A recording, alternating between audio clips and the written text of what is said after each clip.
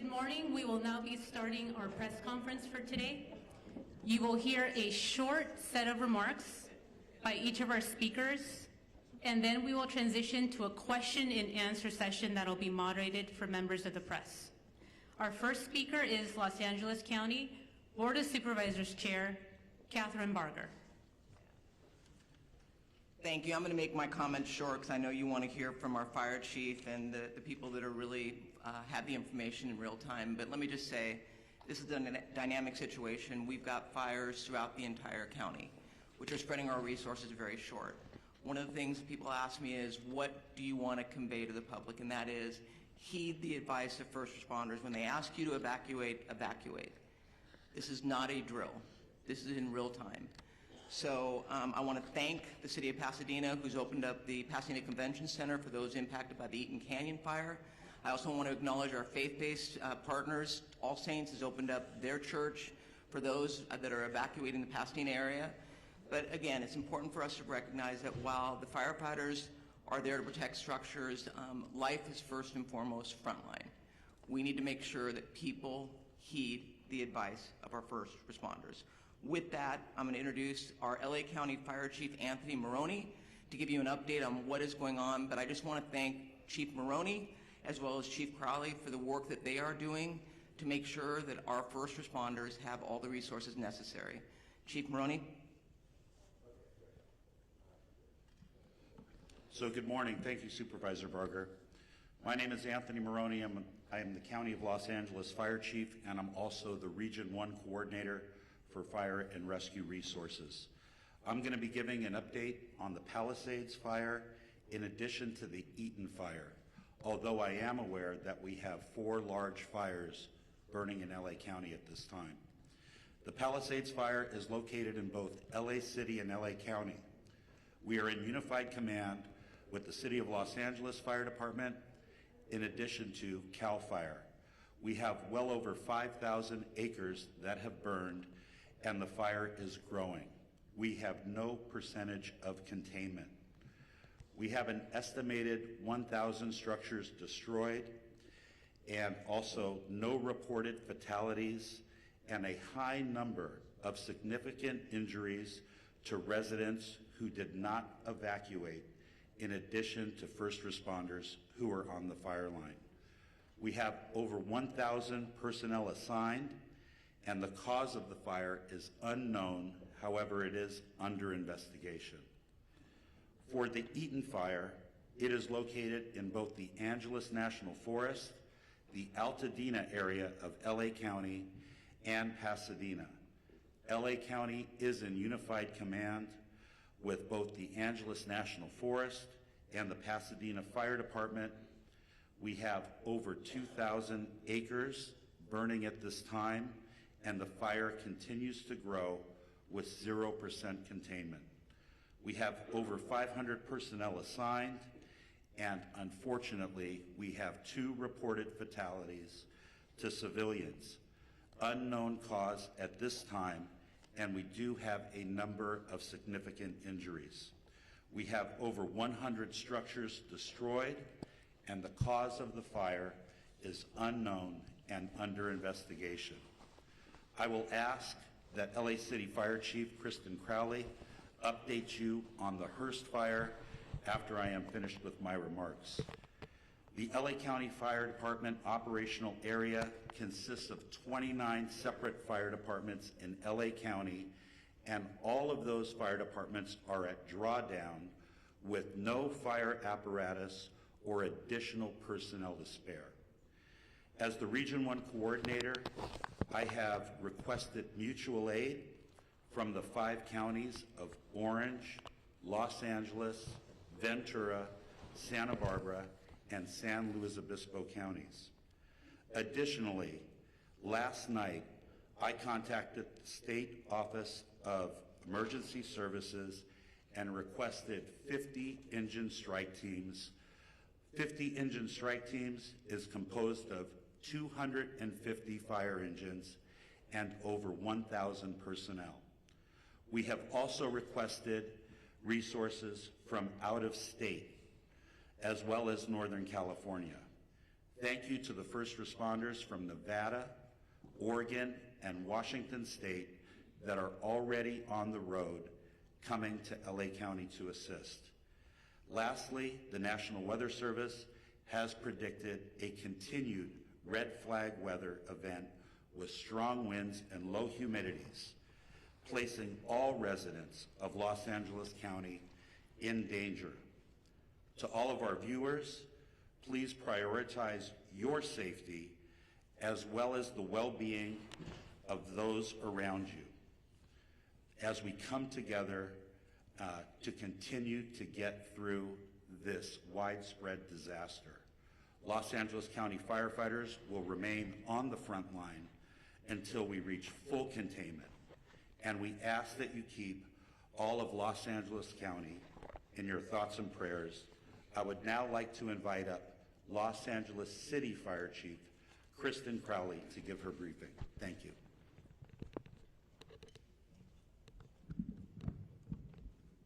Good morning, everyone. My name is Kristen Crowley, Los Angeles City Fire Department Fire Chief. I'd like to start with just a moment, if we could, of gratitude.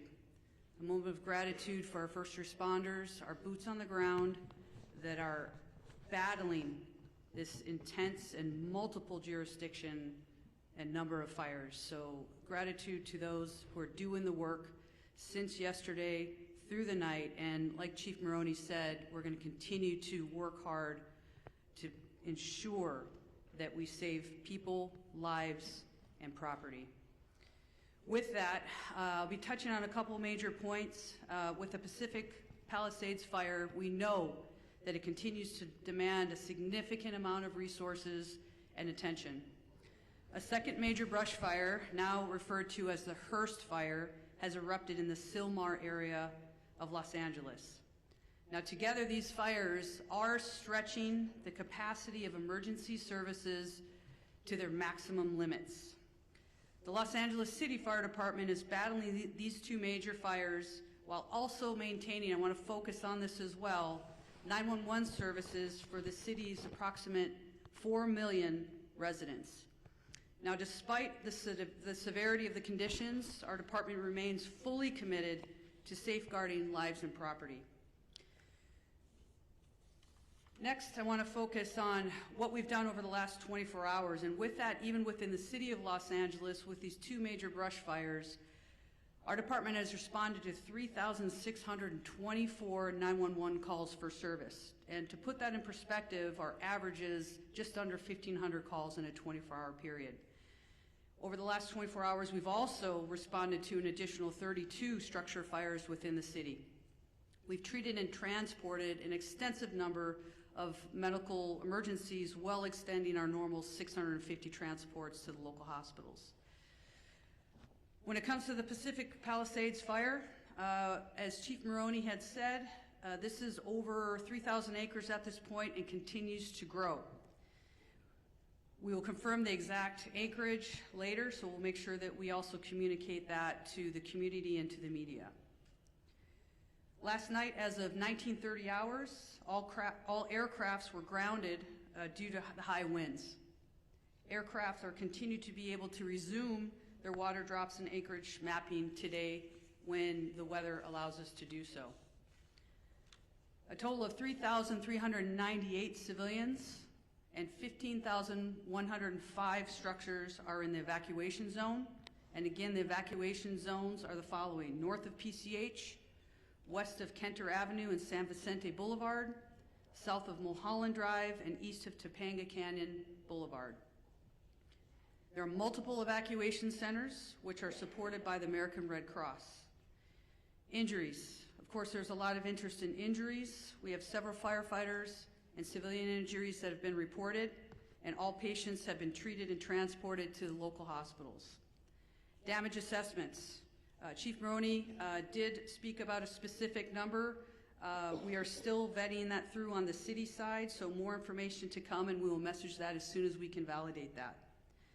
Approximately 400 LAFD firefighters have been deployed to the Palisades fire.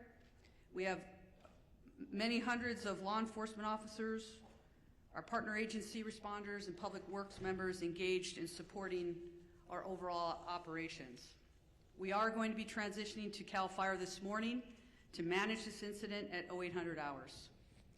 Next, I'd like to talk briefly about our Hearst fire, which is located in Sylmar.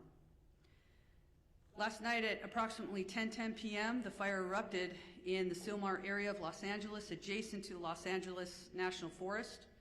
The fire has rapidly expanded to over 500 acres, prompting the emergency evacuation of more than 3,000 residents. This fire is burning within the footprint of the historic Saddle Ridge fire. Now, despite the extreme winds and significant risks, and that's what we're going to be talking about from today and probably throughout the next few days, there's always that significant risk of life and property, and we'll continue to focus on saving lives and protecting property. The exact anchorage at this point will be confirmed later, and we'll make sure that we communicate that to you as well.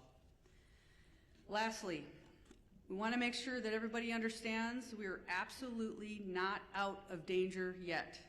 With the strong winds that continue to push through the city and the county today, I would tell you, and we are all committed to our first responders, our firefighters will remain focused on protecting lives and property. The LAFD is extremely proud to stand with all of the entities behind me. Our top priority will continue to be life safety, ensuring that safe evacuation and the rescues of our residents that are in harm's way. It will continue to be our primary focus in this wind-driven fire event as it continues. Thank you for your cooperation, your support, and your vigilance. And today, we will continue to stand with our partners to protect everyone. Next up, I would like to introduce Sheriff Luna. Thank you. Oh, sorry. Next up.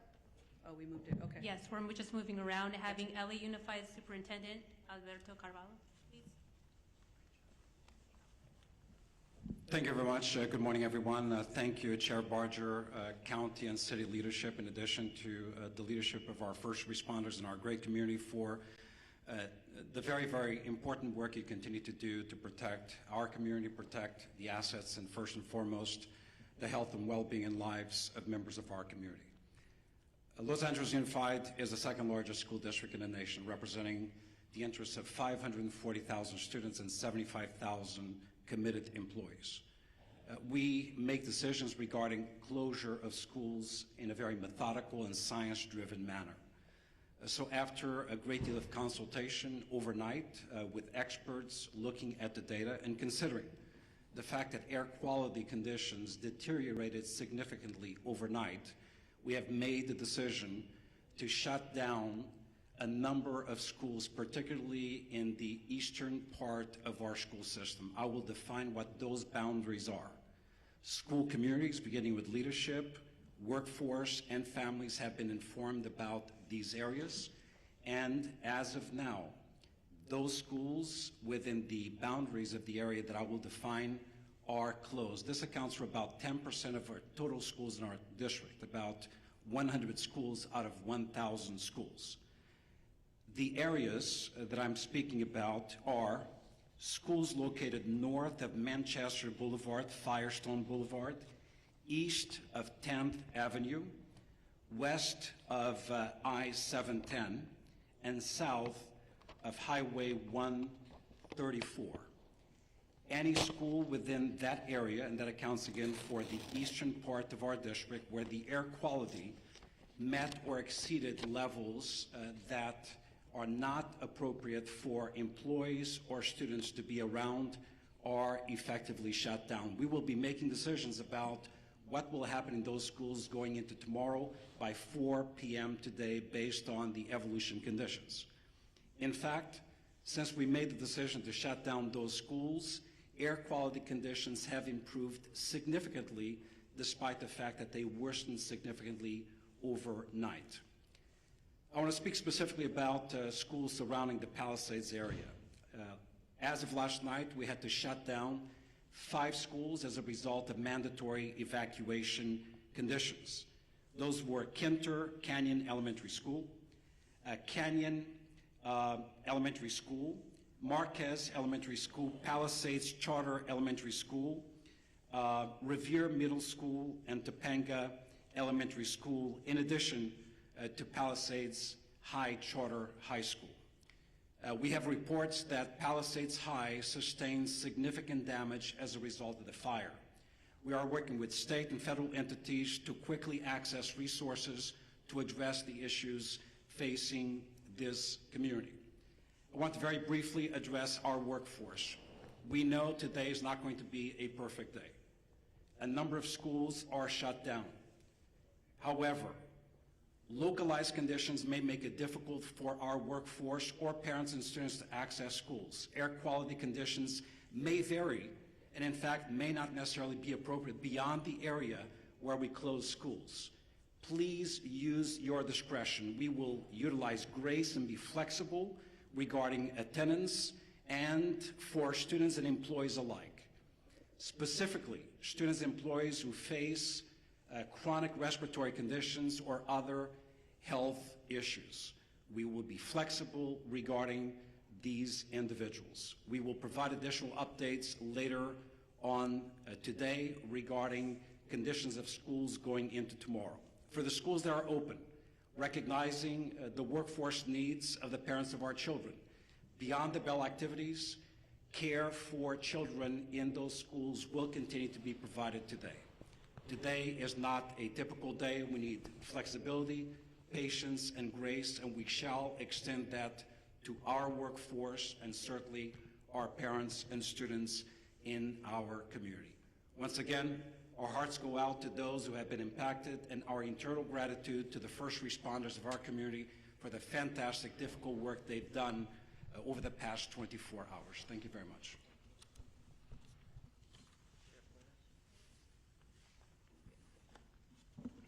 Morning. A lot of information to pass on, but please know this. This is a very difficult and challenging situation, but we're surrounded here by people who really care, and we're going to get through this together. That means with all of you as partners in our community. Our top priority continues to be the safety and well-being of our impacted residents, first responders, and all of the individuals involved. But understand that this is a very fluid situation, specifically in the Altadena area, and a lot of our personnel, our deputy personnel, are involved in life-saving measures as we speak now. We are working very closely with local, state, and federal agencies to provide necessary resources and support. We have been in constant communication with both our fire and law enforcement partners across LA County and beyond to ensure that all available resources that are needed are being deployed strategically and effectively, but we are prioritizing life over everything else. There are over several hundred Sheriff Department personnel working around the clock to evacuate residents in danger, assist with road closures, and respond to multiple missions that are given to us, and they do change periodically depending on that life mission. To ensure that everyone is going to be safe or safe as possible, additional personnel will likely be assigned to this fire as this continues to go, and you heard from our fire partners that there is no containment yet. I do want to split it up into two. I want to start talking about the Eaton fire first. Currently, there are evacuation orders in Pasadena, Altadena, and Sierra Madre. Evacuation orders, there are approximately 32,500 residents under evacuation orders and approximately 13,186 structures that we deem at risk, and that could grow. Evacuation warnings, approximately 38,600 residents are under evacuation warnings and approximately 14,342 structures are at risk. At 4 a.m. this morning, the evacuation orders did expand to parts of the city of Duarte, Monrovia, and La Cañada. And again, we continue to assess that. That's evolving. That's going to change. So I encourage you to consistently pay attention to all sources of information so you're ready to go when you are given that order, if that does come. As information's changing, even as I was driving up here, even as I'm walking up to this podium, I'm getting messages about several of our employees who have lost their homes in the last several hours. I don't know how many. because we are still gathering that information. But we all live here in Los Angeles County, so we are impacted. So we're going to make sure that within our department, we're wrapping our arms around our employees just like we do with community members. Again, as I was coming up here, I did find out that we did have 2 fatalities in this area. I don't have any specifics. There is a lot of damage out there. We're still in the process of doing these assessments, trying to still save lives. So this information is going to change. The Altadena Sheriff's Station itself was evacuated, and it was at least limited on fire. There was some fire at the Altadena Station, but we did have to clear out all of our employees out of there. I'm hearing some miraculous stories, and they're just barely coming in, of our deputies who were trying to evacuate the Altadena Station, and then residents were running up from different locations around there asking them for assistance in getting them out of their structures. And from what I understand, they were barely able to get people out before these structures started burning. There's just heroic stories of what our deputies are doing out there from last night and this morning. I want to make sure people know deputies are working to assist residents who are evacuating and continuing to make evacuation notices as we're speaking. They are securing areas that are evacuated, and it's always sad when I have to say this, but part of our responsibility is to make sure that no one loots or steals from our residents, our community members who are already being impacted. And I'm sad to report we made 2 arrests this morning for looting already. So if you are thinking about coming into any of these areas to steal from our residents, I'm going to tell you something. You're going to be caught, you're going to be arrested, and you're going to be prosecuted. Don't do that. Stay out of these areas. It's only for emergency workers and people who live there. We are, at this point, unable to clearly determine the extent of damage at this point because the conditions are rapidly evolving and the destruction needs to be assessed as the daylight hours have come forward. I do know that I've lost at least 1 sheriff's black and white to a fire. Thank God that the deputy is okay. But deputies continue to be on patrol throughout the road closure areas to ensure evacuation areas remain closed to the public. All schools in the Pasadena Unified School District are closed. There is a road closure at Altadena Drive from Allen to New York Drive. For those in need of shelter, please head to the Pasadena Convention Center, located at 300 East Green Street in the city of Pasadena, and we're working with them in Unified Command and in partnership as well. For animals, there are established shelters at Large Animal Shelter Rose Bowl Stadium at 1001 Rose Bowl Drive in Pasadena, Small Animal Shelter, Pasadena Humane Society at 361 South Raymond Avenue in Pasadena. I'm going to switch gears now to the Palisades fire that we've been heavily involved in with our partners, again with LAPD and LA City Fire and everyone else that's up there working. As of this morning, the fire was still burning in that area. That's impacting our residents. Evacuations are in effect, continuously in effect, for the city of Calabasas, the city of Malibu, Los Angeles City, Pacific Palisades, and unincorporated area of Los Angeles County and Topanga Canyon. Evacuation orders are approximately 37,000 residents under evacuation orders and approximately 15,000 structures at risk. Again, that's specifically for the Palisades fire. Evacuation warnings, approximately 20,000 residents are under evacuation warnings, and approximately 6,500 structures are at risk. There have been minor injuries, and our partners at the fire department have talked about those, and several, unfortunately, structures that have been lost, and we're still assessing those. Bear with me, I'm almost there. There's a lot of information, very important information. There are several road closures which can change rapidly. The 10 freeway at Lincoln Boulevard, southbound PCH at Las Flores Canyon, southbound PCH at Topanga Canyon, Coastline Drive at southbound PCH, westbound PCH to Entrada to eastbound closed from PCH and Malibu Canyon. We have established shelters up for that fire in the following locations: Westwood Recreation Center, which is at 1350 South Sepulveda Boulevard in Los Angeles, Pasadena Convention Center, which I already mentioned, we can go there. 300 East Green Street in the city of Pasadena, and El Camino Real Charter High School, 5440 Valley Circle Boulevard in Woodland Hills. Animal shelters, large animals, LA Equestrian Center at 480 West Riverside in Burbank. Large animal shelter, Pierce College, 6201 Winnetka Avenue in Woodland Hills. Large animal shelter, Rose Bowl Stadium in Pasadena. Small animal shelter, Agora Animal Center. And small animal shelter, Pasadena Humane Society as well. We've got to take care of our pets. As I wrap up, a reminder, and you've heard it from several of us, you need to be prepared. If you are in a warning area, make sure you have your essentials, your important paperwork, your medications, things that you can take, your phone charger to survive for at least a week. But if you are told to evacuate and given an order, there is nothing worth your life. Please listen to the police and fire officials that are out there and be prepared to evacuate.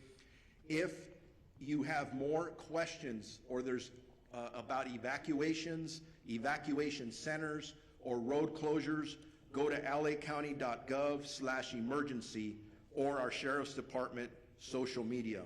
Now it's my honor to introduce my partner, of the Chief of the Los Angeles Police Department, Jim McDonald. Thank you very much. And as you look at the group assembled behind me this morning, each of those and everybody we represent who's out in the field all have families. Many are impacted directly by the fire, but they leave those families to come and try and be able to help everybody else who's out there. So I owe a debt of gratitude to everybody who is putting it all on the line for everyone else. This is a tragic time in our history here in Los Angeles, but a time where we're really tested and see who we really are. And it's critical that at these times we be patient, that we come together, that we focus on saving lives and to be able to do the very best job we can, so when we look back on this, we know that we did what we could for others. I look at the people who were out there on the line last night.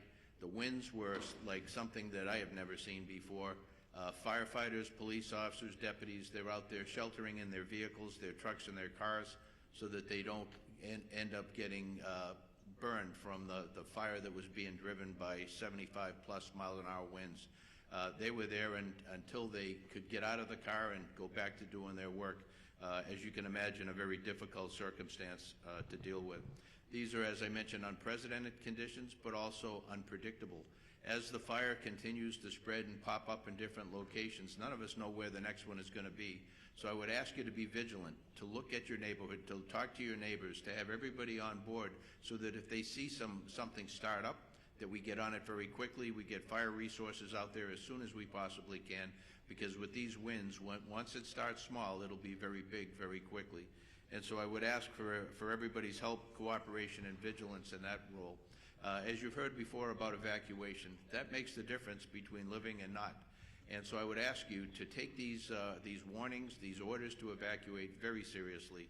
As you've heard over and again, be ready to go, pack what you need up, but then please comply with these orders. We don't give them, put them out lightly. When we believe that you're in the path of the fire, we're going to order that evacuation, and we really, really need your compliance on that, because if we have to send people in to try and make rescues, those people are putting their lives on the line directly for something that could have been avoidable. Sheriff Luna mentioned looting. That's something that we also have to watch out for. That is incredible that we'd even have to talk about that during these tragic times, but we are going to take that also extremely seriously, and we will follow up with that in the strongest way possible. As far as traffic goes, that's something that we're used to dealing with here. This will be an extra test of gridlock in many places due to people not having access to their normal routes. I would say that if you have an ability to be able to stay out of the west side today, to commute or to work from home, as long as your employers are good with that, to take advantage of that. The air is very tough today for particularly those who are challenged medically. If you can stay home and work from there, I would recommend that. We will continue to support our partners in the fire service and our other law enforcement partners, but to all in the public who are watching this, sincere thank you to all of you for your cooperation and your patience as we all get through this together. Thank you.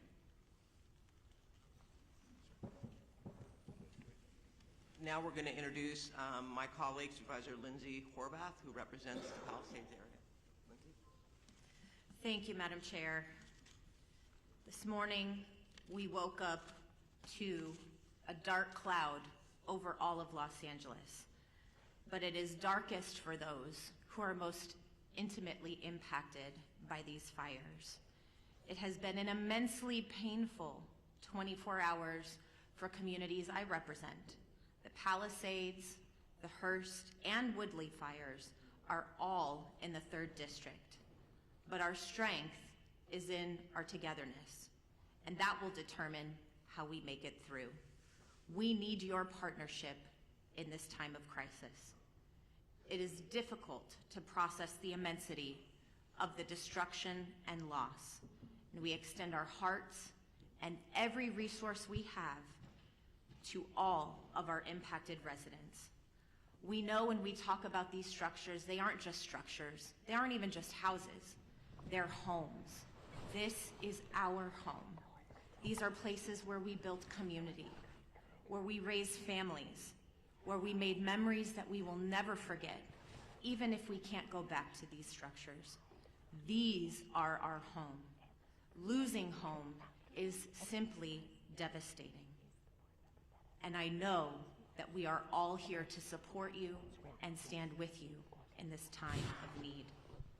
Aggressive winds and fire know no jurisdictional boundaries, nor does coordination and action across our LA County agencies with President Biden and Governor Newsom as they unlock support through fire assistance management grants for Palisades, Eaton, and Hearst fires so far.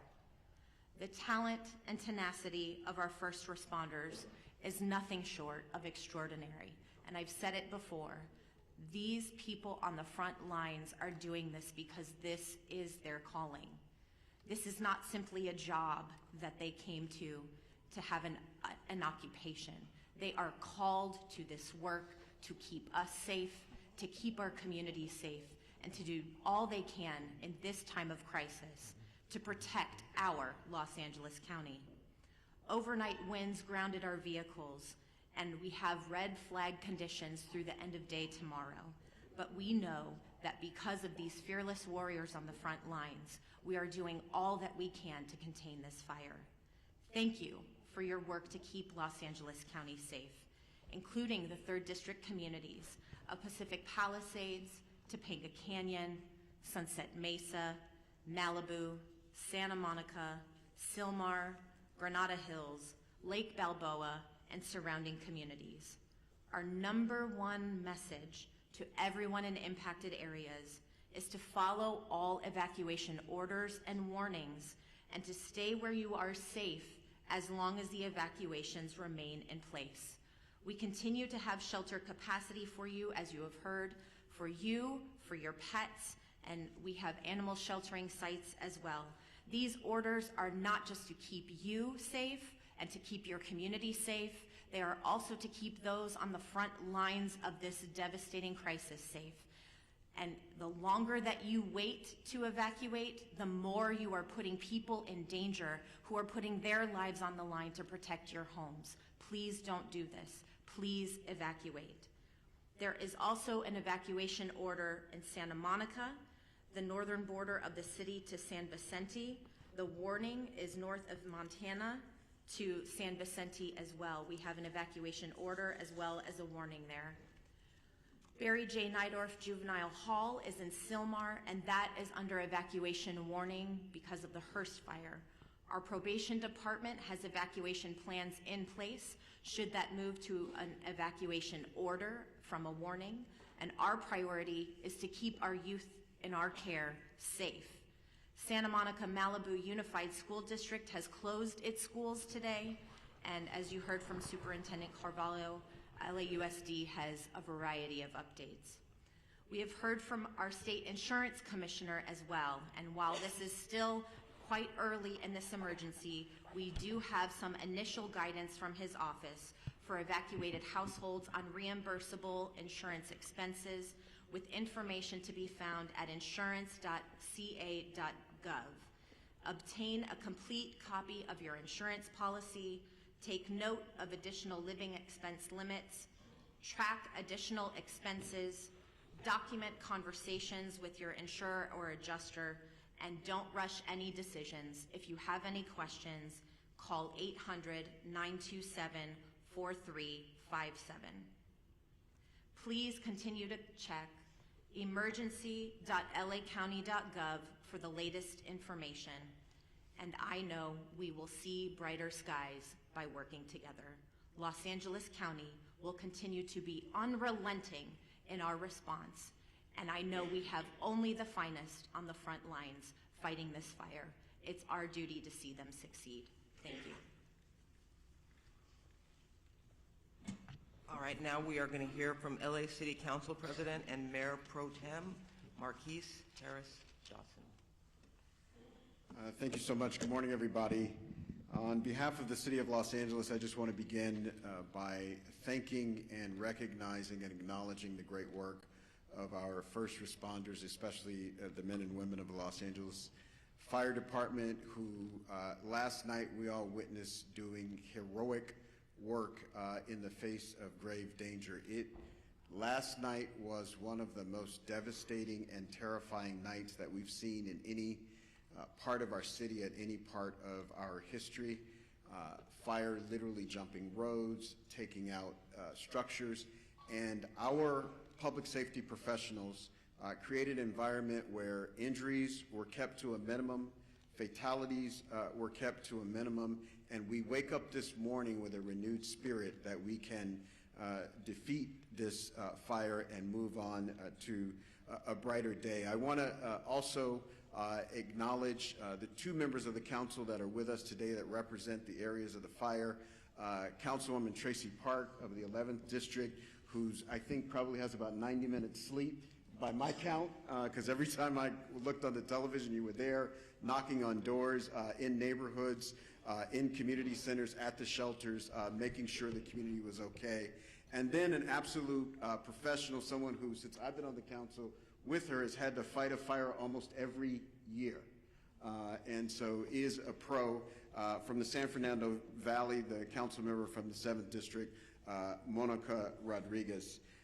And again, all the men and women, the firefighters are in the front, but our DWP workers are out there making sure we don't have additional fires from power lines, and countless folks, DOT, making sure the flow of traffic stays so that folks who want to evacuate can do so, are out there as well. So there's literally thousands and thousands of people working together to make this work. I want to announce a few more closures to add to the school closures that we heard and the closures that the sheriff and the supervisor read to us. Griffith Park closed today, including Lake Hollywood. Runyon Canyon closed today. The Los Angeles Zoo closed today. The Hollywood Reservoir closed today. The Hollywood Sign closed today, as well as all the roads through the Sepulveda Basin in the San Fernando Valley. So nobody should be going those places today anyway. I will amend what Chief McDonald said. Not only if you're on the west side or in the valley, anywhere in this city, if you can stay off the roads, please do so. I live in South LA, a long way away from the fires. Visibility is less than 1 block because of the smoke. So if there is not a good reason for you to be on the roads, we ask that you leave the roads open as possibly as you can to the public safety professionals that have to do their work and will lead us out of the crisis that we face here in the city of Los Angeles and the county of Los Angeles today. Also, lastly, just grateful for the work of the President of the United States, kicked in for us late last night, who happens to be in Southern California.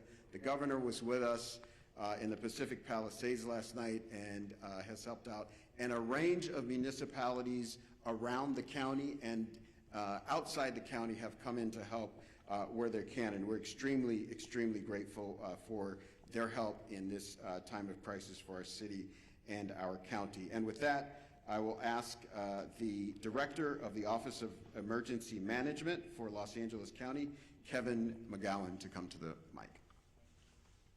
Thank you for the introduction. I'm Kevin McGowan. I'm the director with the LA County's Office of Emergency Management. As my partners up here have said before, we're facing a historic natural disaster, and I think that can't be stated strong enough. This is not a normal red flag.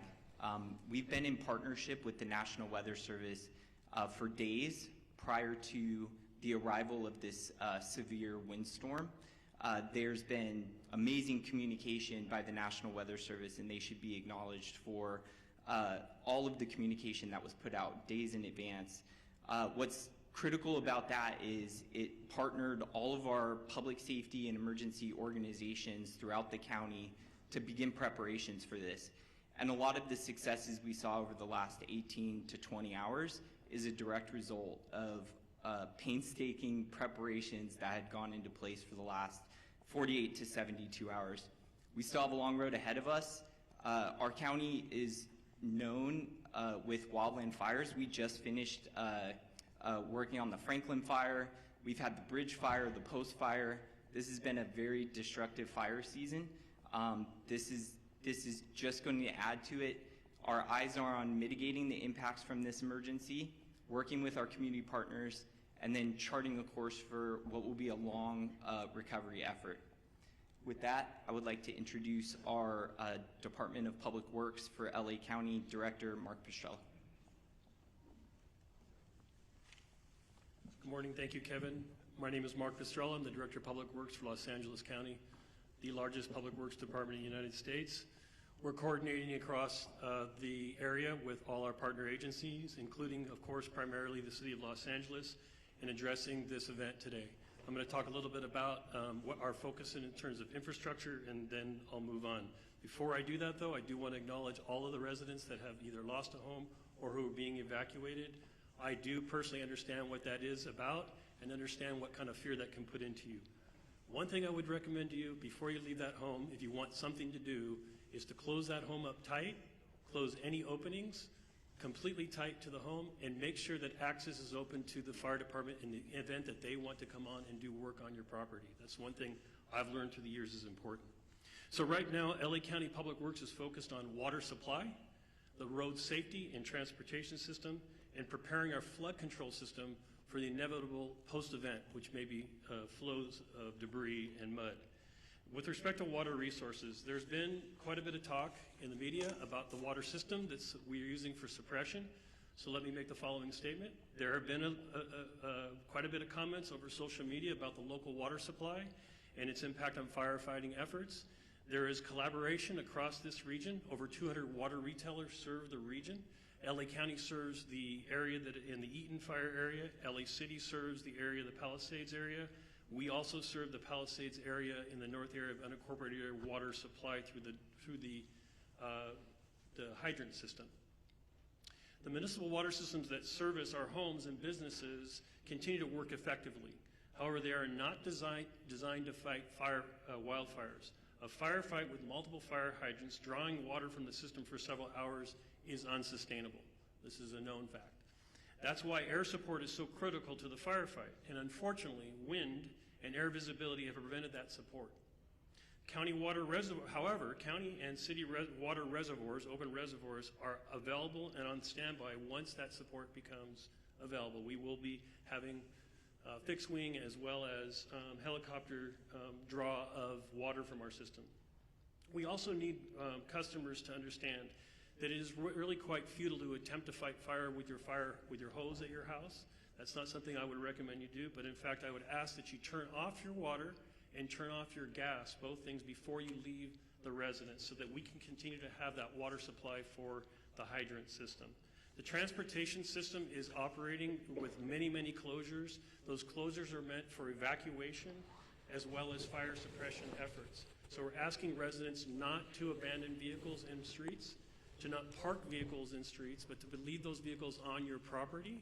And we ask that you drive very carefully because we also have the other event of wind right now. And we have numerous signals out across the area. So we need people to drive very consciously in the street system.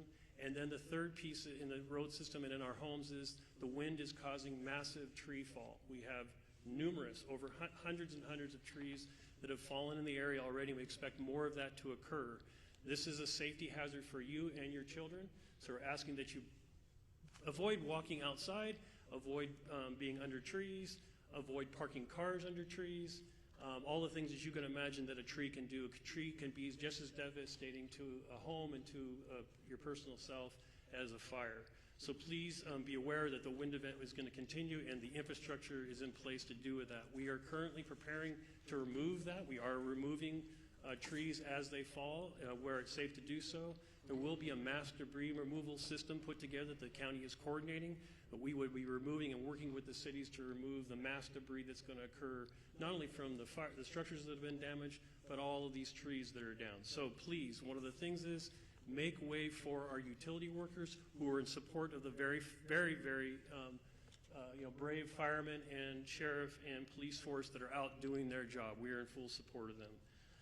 So lastly, on the flood control system, this is just a quick note that yes, in fact, we will have a lot of debris. The flood control system has been impacted. That covers the entire region by the fire. In fact, many of our facilities have been burned. One in Eaton area, Eaton Yard, where there is a debris dam there, and its facilities are currently threatened. We are looking at that and want to raise up those systems.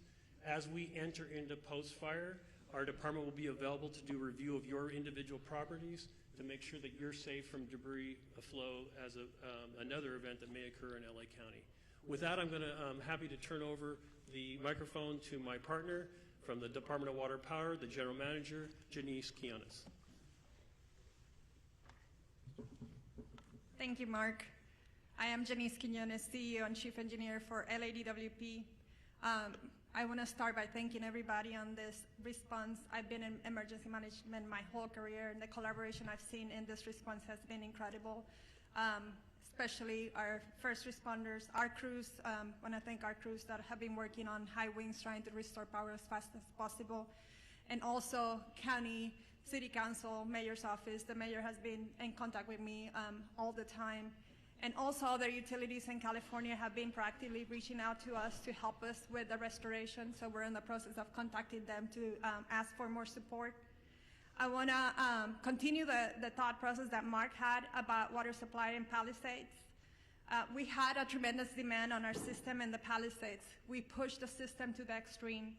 4 times the normal demand was seen for 15 hours straight, which lowered our water pressure. We were pushing 75 CFS on our trunk line to try to keep water pressures in the system.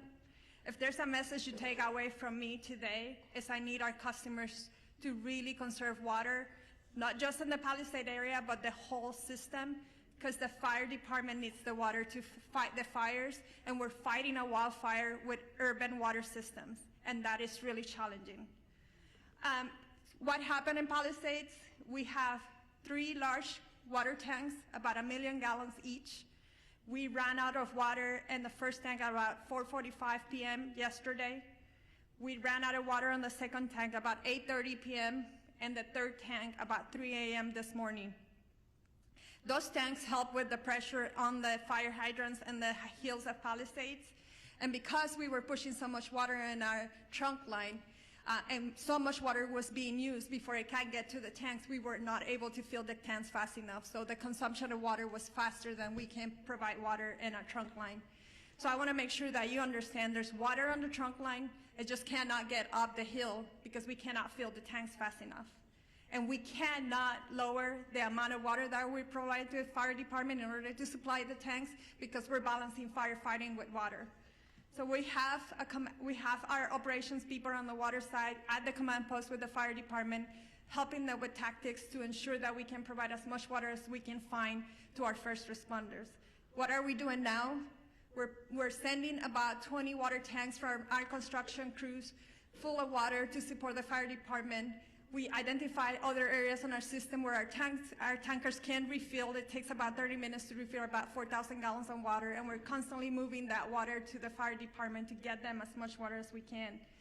I would also ask for the people on zip code 90272, because we're pushing the water system so hard, our water quality is decreasing. So we're gonna be issuing a boil water notice this morning, and that will extend for about 48 hours. The water quality is low. We have a lot of ash in the system. And so please, if you're gonna be drinking water, you need to boil the water. Those boil waters will continue to increase as the system starts restoring. We're also managing a power outage restoration. Our water emergency has been the #1 primary issue, but the power issues are continue to increase. The winds picked up at around 11 p.m. last night, and that's when we saw the majority of our outages coming in. As of 7 a.m. today, we have 135,000 customers out of power. We have restored about 78,000 customers since the start of the outage. 32 customers have been out of power for more than 10 hours, and 7 for over 18 hours. If you are out of power, I urge you to call us, call 911, let us know so that we can get to you as fast as safely as possible. We are on a severe emergency activation at the EOC for both water and power. It's taking us 24 to 48 hours to get to all of the outage. That's why we're gonna start increasing our mutual aid request to get more crews on here to reduce that restoration time. But we cannot do that until it's safe for our crews. And I'm happy to report we have had no safety incidents for either the water and the power crews, which we need all the crews safely operating in our system. 40% of our outages were due to us having to de-energize the circuits for public safety. And we cannot energize them until it's safe to do so, and we have put eyes on our system. 20% is because of wire downs, and 6.5% is because our system has protected itself from further outages, and so we have to patrol every line before we come back online. With that, I just want to thank everybody, and Madam Chair. Thank you so much. We want to transition. We're 5 minutes over. We do want to give a little bit of time for question and answer with the press. I'm going to call on you. Please identify yourself, your name, and which media outlet you're with. I see a hand up here. We'll go with you first. Good morning. Yes, Bob DeCastro from Good Day LA, Fox 11. Chair Barger, we wanted to ask because this press conference called One Voice is bringing together some of our city leaders, our county leaders here together for this incredible tragedy, this crisis that we're experiencing right now. And a lot of our viewers are asking, how can other Angelenos help? Because people want to volunteer, people want to help. What's the best way that other folks out there that want to help, what can they do? Well, first of all, thank you for that question, because I think this does speak volumes to the fact that it's not just at the local level, it's at the state and the federal level as well, and it is one voice. We're seeing these fires taking place countywide, which is stretching our resources, but to the public. I mentioned All Saints in Pasadena that's opened up its church to people that are evacuating, people that are not only part of their parish, but also people that are seeking refuge. I would encourage, and we will work with our Office of Emergency Management, to put together a list of what you can do to help. I know at Pasadena Convention Center, they're looking for resources, food, and blankets. Red Cross is putting that together, but we can always use more. So this is the time for us all to come together. I mean, we're trying to wrap our heads around just getting this fire under control. But make no mistake, we will put something together so that people can offer their support. You are seeing the goodness, and I know Supervisor Horvath mentioned it. With all these horrific stories you hear, you also hear stories of people that are doing amazing things to help their neighbors and their community. Thank you for that. I'll go ahead in the green shirt.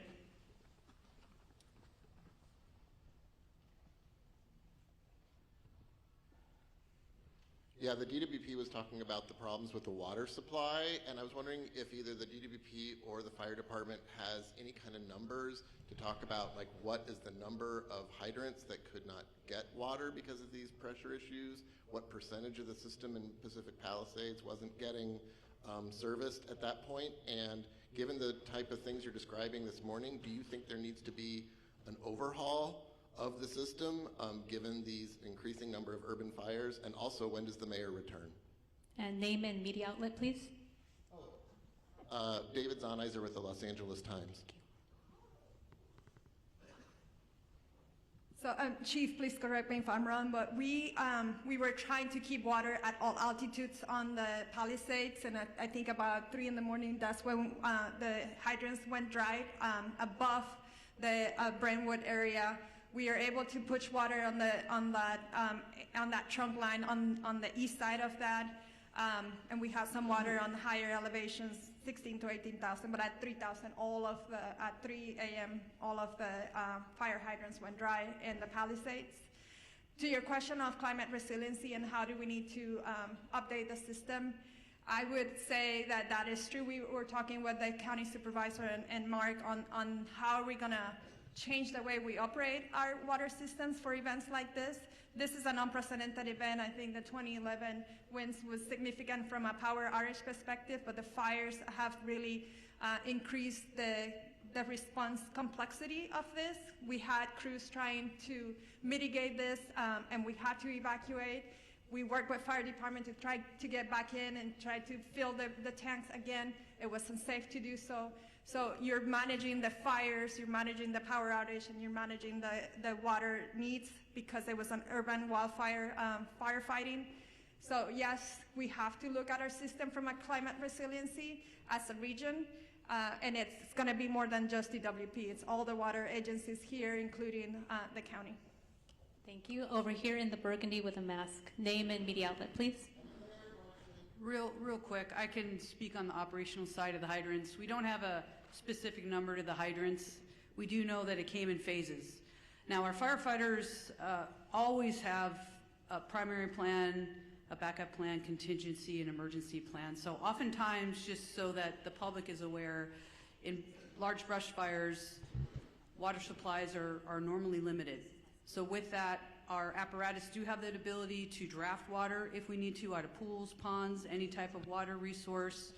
We also utilize the water tenders, in which we spoke about a little bit earlier. So with that, I just wanted to clarify that. In regard to when the mayor is returning, I spoke to her this morning at 4 o'clock. She's on her way for the last leg of her journey back home from Dallas, so her ETA is right around noon. Thank you. Go ahead. Buenos días, everybody. Ali Santana with Telemundo 52. For Chief Crowley, Chief Maroney, where can people go to donate food, water, supplies? And for Superintendente Carvalho, Sheriff Luna, and CEO Quiñones, just something in Espanol for our people. We will do something in Spanish right after we conclude over here with a couple of Spanish speakers regarding the volunteer information. Sure. So thank you for the question about the donations. I know we spoke about that earlier. Just a touch point for the community. We are so grateful for the community's efforts in regard to donations. Now, what I do want to be mindful about to make sure that we share is please listen to the direction of where those donations, either through money and or food, any type of donation, it can become problematic if the public starts to just drop things off. So we are putting together a strong plan from our Emergency Operations Center. We're at the highest level at this point. We're coordinating with the county as well. So stand by for more information. We want to be very purposeful and strategic in how we're going to collect those donations, and they are welcomed. Right over here with the glasses and the gray, right behind you. Over here with the hand up. Scott Snowden, Santa Monica Daily Press. Question for Ms. Horvath. Are there any forecasts or predictions at this point for the economic impact of this?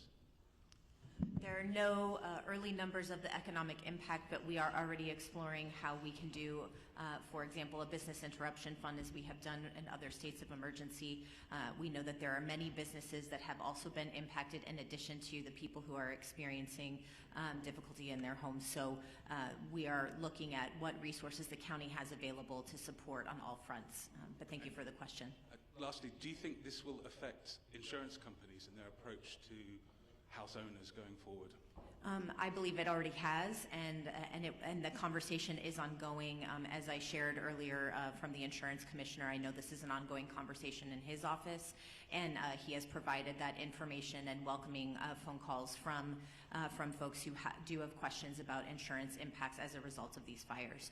I do know that yesterday, through the help of our chair, the county declared a state of emergency, as did the governor, and I know that there are other states of emergency that will be declared in order to make sure that all residents are able to readily access everything that they need to in response to these claims. Thank you. We need to move on. Right here in the front, young woman with the hand up. Hi, Grace Tui with the Los Angeles Times.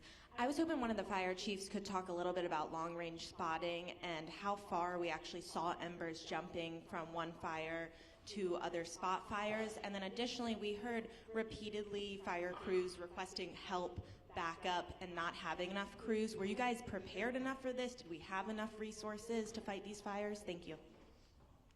Thank you for the question. So I'll start at the end and work back.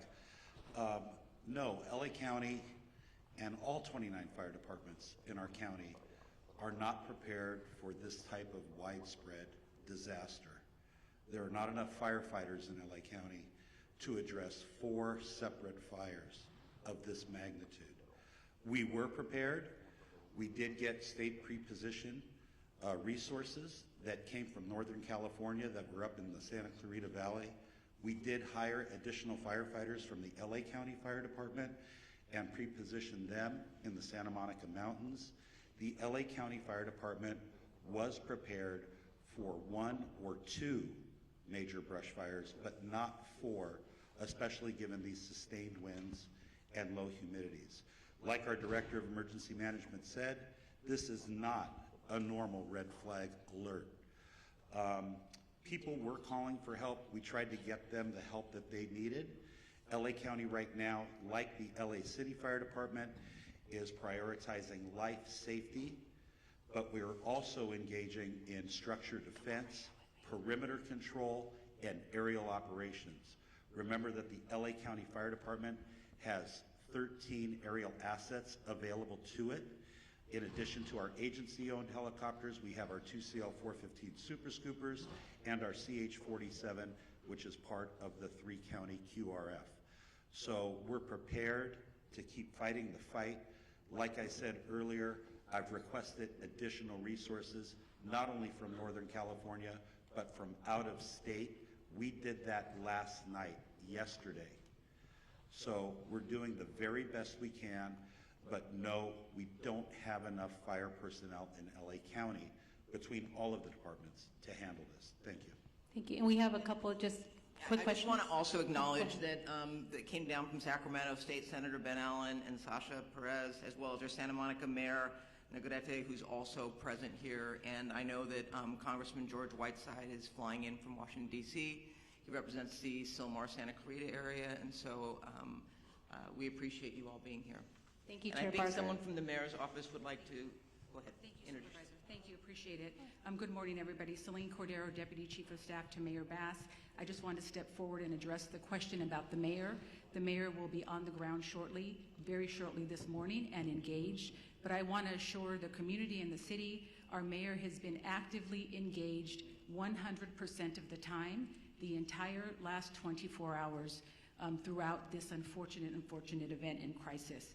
The mayor has been in constant communication with our chief of police, our fire chief, our council president, our law enforcement partners, our Supervisor Barger, thank you, and our county partners. So I just want to stress she has had 100% access the entire time that she's been traveling and been actively involved in the decision making. So thank you very much to all up here, and the mayor looks forward to meeting you very shortly this morning. Thank you for that. Over here in the green shirt.